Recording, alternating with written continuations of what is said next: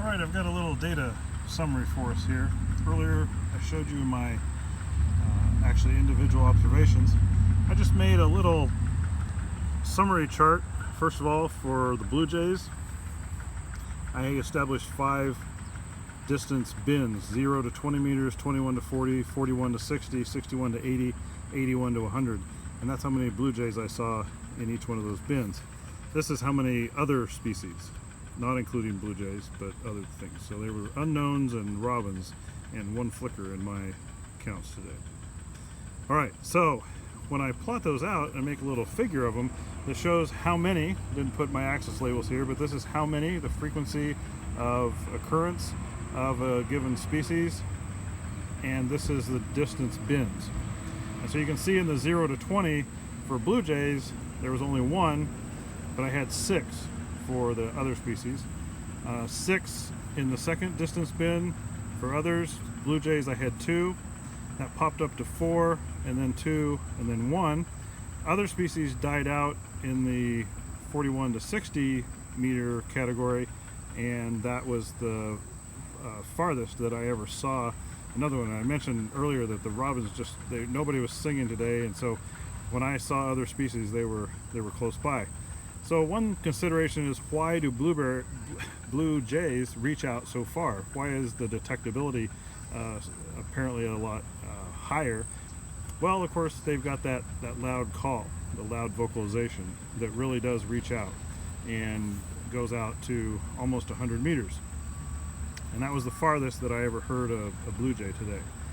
So my detectability definitely drops off at that point. It's kind of interesting that we assume that there should be, because of the way that we're assuming some things about the habitat, that we're assuming that these should, except for detection, you should see there should be the same number in each category.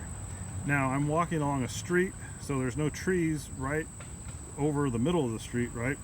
So my sidewalk is off to one side, so there may be a reason why some of the birds are pushed out a little farther, because they're off in the trees in the middle of the block. And that may be why blue jays especially are out in this area, where some of those robins were up closer, like in the lawns next to the street. So there could be an effect of the fact that we did not use a random transect today. So that's one consideration here. The other one is that our blue jay count, we've only got 10 birds.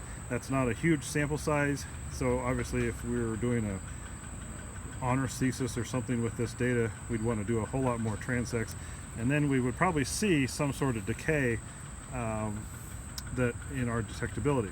The other one, we start to see a pattern where perhaps after this point my detectability with the white bars with the other species, the detectability has decreased and I'm not seeing anything past there. So what I want you to do in the assignment that I prepared for you is just to think about that. Again, we're not doing the analysis with this data, but I want you to summarize it and try to think about your detectability, and there'll be some questions for you in the quiz about what created the pattern that you saw. But I do hope you saw at least some birds. I did my survey in the middle of the day.